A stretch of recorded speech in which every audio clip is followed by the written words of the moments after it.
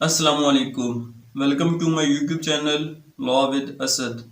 آج جو ہمارا ٹاپک ہے وہ حق شفا کے متعلق ہے۔ یعنی آج ہم نے دیکھنا ہے کہ حق شفا ہے کیا، کون، کب اور کیسے اس حق کو استعمال کر سکتا ہے، اور موجودہ دور میں اس کی قانونی اہمیت کیا ہے۔ ہم دیہات میں رہنے والے ذمہ دار لوگ حق شفا کے نام سے بخوبی واقف ہیں، جس کو انگلش میں رائٹ آف پریمپشن کہا جاتا ہے۔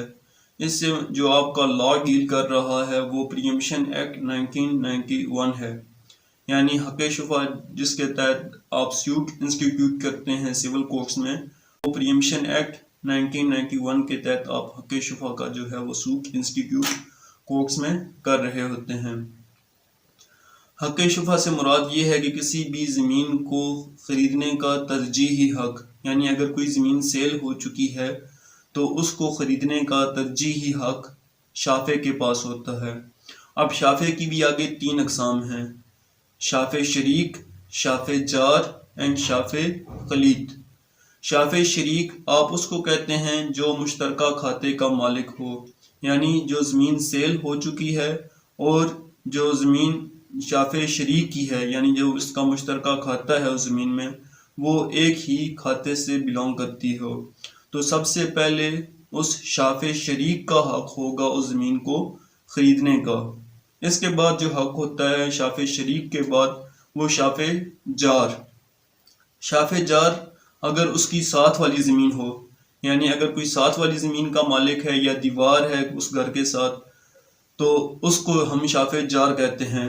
شافع شریک کے بعد اگر اس زمین کو خریدنے کا ترجیحی حق ہے تو وہ شافع جار کے پاس ہے۔ اور شافع تھرڈ پہ آتا ہے شافع خلیط۔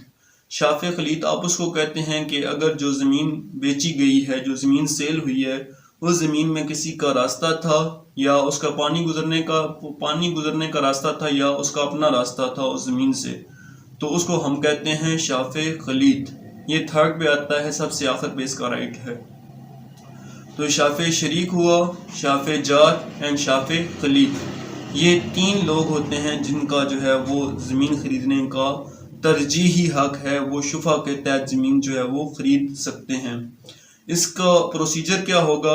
یعنی اگر کوئی بھی زمین بیچی جا چکی ہے تو شافع کے علم میں آتا ہے کہ کوئی زمین جو ہے، چاہے وہ شافع شریک ہے یا چاہے شافع جار ہے، شافع خلیط ہے یا چاہے شافع جار ہے، اگر ان کے علم میں آتا ہے کہ جو فلاں زمین تھی وہ کیا ہو چکی ہے، سیل ہو چکی ہے، تو 2 گواہوں کے سامنے زمین خریدنے کا ارادہ ظاہر کریں گے۔ اس کے بعد جو ہے وہ قانونی پروسیجر یہ ہے کہ جو شافع ہے اس نے کیا دینا ہوگا، ایک لیگل نوٹس دینا ہوگا، اور اس لیگل نوٹس کے اندر شافع یہ ڈیمانڈ کرے گا کہ تم نے جس قیمت پر زمین خریدی ہے اسی قیمت پر مجھے بیچ دو، کیونکہ میں شافع ہوں تو میرا یہ حق ہے، میرا یہ ترجیحی حق ہے زمین کو خریدنے کا، تو تم برائے مہربانی جو ہے وہ زمین مجھے سیل کر دو اسی قیمت پر جس قیمت پر تم نے کیا کی ہے، زمین خریدی ہے اس شخص سے۔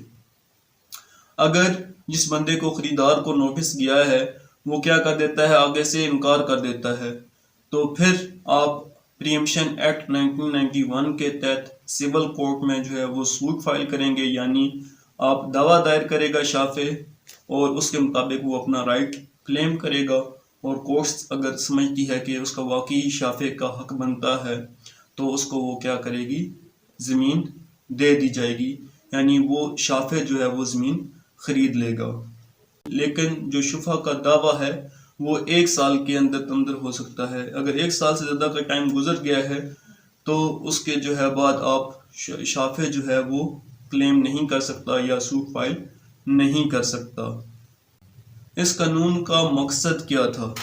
اس قانون کو بنانے کا مقصد یہ تھا کہ ہم گاؤں وغیرہ کے جو لوگ ہوتے ہیں وہ کیا ہوتے ہیں، پوری برادری بیٹھی ہوتی ہے ایک جگہ پر، اور اس جو لوگ ہیں کسی خاص برادری کے، کسی خاص گاؤں کے، تو ان لوگوں کے رائٹ ٹو پرائیویسی کو انشور کرنے کے لیے، یعنی کوئی تیسرا بندہ ان کو آ کر ان کی جو پرائیویسی ہے اس کو ڈسٹرب نہ کرے، تو اس چیز کو انشور کرنے کے لیے یہ پریمپشن پریمپشن ایکٹ بنایا گیا اور اس کے تحت آپ کو شفا کا حق دیا گیا۔ اس قانون کی موجودہ حیثیت اعلیٰ عدلیہ کے متعدد فیصلوں کی وجہ سے، جیسا کہ PLD 2017-359 یعنی PLD 2017-359 کے مطابق اب یہ قانون جو ہے وہ آپ کا شہری علاقوں، کمرشل اور سکنی جگہوں پر نافذ العمل نہیں ہے۔ یعنی جو کمرشل پلیسز ہیں، جو اربن ایریاز ہیں یا جو انڈسٹریل ایریاز ہیں، وہاں پر یہ قانون جو ہے وہ نافذ العمل نہیں ہے۔ یہ جسٹ آپ کا زرعی زمینوں کی حد تک ہے، یعنی یہ جو قانون ہے یہ زرعی زمینوں تک محدود ہے۔ آپ کے جو اربن ایریاز ہیں، شہری ایریاز یا انڈسٹریل ایریاز، وہاں پر یہ قانون لاگو نہیں ہوتا۔ تھرڈ میں آتا ہے کہ کون سی زمینوں پر آپ حق شفا کا دعویٰ دائر نہیں کر سکتے، یا کون سی ایسی زمینیں ہیں جن پر حق شفا کا دعویٰ دائر نہیں کیا جا سکتا۔ تو فرسٹ آف آل وراثتی زمین، یعنی کسی کو زمین مل رہی ہے اس کی وراثت میں، یعنی باپ کے فوت ہونے کے بعد زمین ملی ہے اس کے بیٹوں کو، تو اس پر آپ جو ہے وہ حق شفا نہیں کر سکتے۔ سیکنڈ پہ ہے ہبہ والی زمین، یعنی اگر کوئی کسی کو کیا کر رہا ہے، ہبہ کر رہا ہے، ہبہ بشرط العوض یا ہبہ بالعوض، دونوں قسمیں اس کے اندر آتی ہیں، تو وہ اس کے تحت بھی آپ جو ہے وہ شفا کا حق استعمال نہیں کر سکتے، یعنی شفا کا دعویٰ دائر نہیں کر سکتے۔ وقف زمین، اس پر بھی جو ہے وہ شفا کا دعویٰ دائر نہیں کیا جا سکتا۔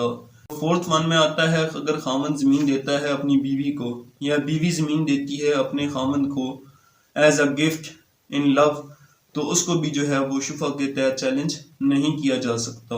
یہ 4 ایکسیپشنز تھیں جن پر شفا کا جو قانون ہے وہ لاگو نہیں ہوگا۔